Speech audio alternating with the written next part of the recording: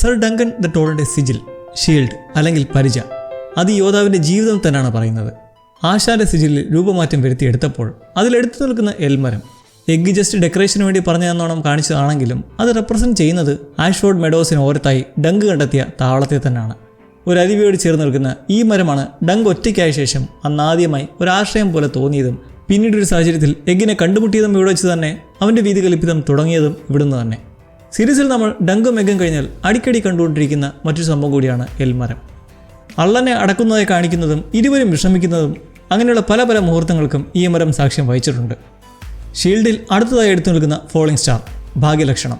Eigen പറഞ്ഞു കൊടുത്ത lucky falling star ചൂണ്ടുന്നത് മറ്റാരെയുമല്ല, ഡങ്കിനെ തന്നെയാണ്. ഗെയിം ഓഫ് ത്രോൺസ് യൂണിവേഴ്സിലെ കിങ്സ് ലാൻഡിങ്ങിലുള്ള ഏറ്റവും ദാരിദ്ര്യം പിടിച്ചതും പ്രശ്നമുള്ളതുമായ ചേരി പ്രദേശമായ ഫ്ലീ ബോട്ടമിൽ നിന്നും തികച്ചും അപ്രതീക്ഷിതമായി തന്നെയുള്ള അവൻ്റെ മഹത്തായ ഉദയത്തെ ഈ ഫോളിംഗ് സ്റ്റാറിലൂടെ സിംബോളൈസ് ചെയ്യുമ്പോൾ സൂര്യാസ്തമയം, ചുവന്ന തുർത്ത ആകാശം സൂചിപ്പിക്കുന്നതാകട്ടെ അന്ധകാരത്തിനെതിരെയുള്ള പ്രതീക്ഷയും.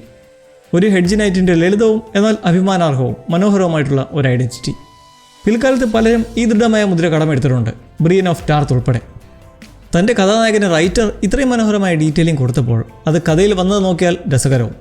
എൽം ട്രീ എങ്ങനെ വന്നു? അത് കഴിഞ്ഞ രാത്രി ഞാൻ അതിൻ്റെ കീഴിലാണ് കിടന്നുറങ്ങിയത്. ഷൂട്ടിംഗ് സ്റ്റാറോ? കിടന്നപ്പോൾ ഒന്ന് പറന്നുപോയി. ഇത് കണ്ട ഭാഗ്യമെന്ന് എഗ്ഗും പറഞ്ഞു. എന്നാൽ പിന്നെ അതിരിക്കട്ടെ എന്ന് കരുതി. അപ്പോൾ പിന്നെ സൂര്യാസ്തമയോ? ആശാന് ജീവിച്ചിരുന്നപ്പോൾ സൺസെറ്റ് ഭയങ്കര ഇഷ്ടമായിരുന്നു, അതുകൊണ്ട് ഇതുകൂടി ഇരിക്കട്ടെ എന്ന് കരുതി.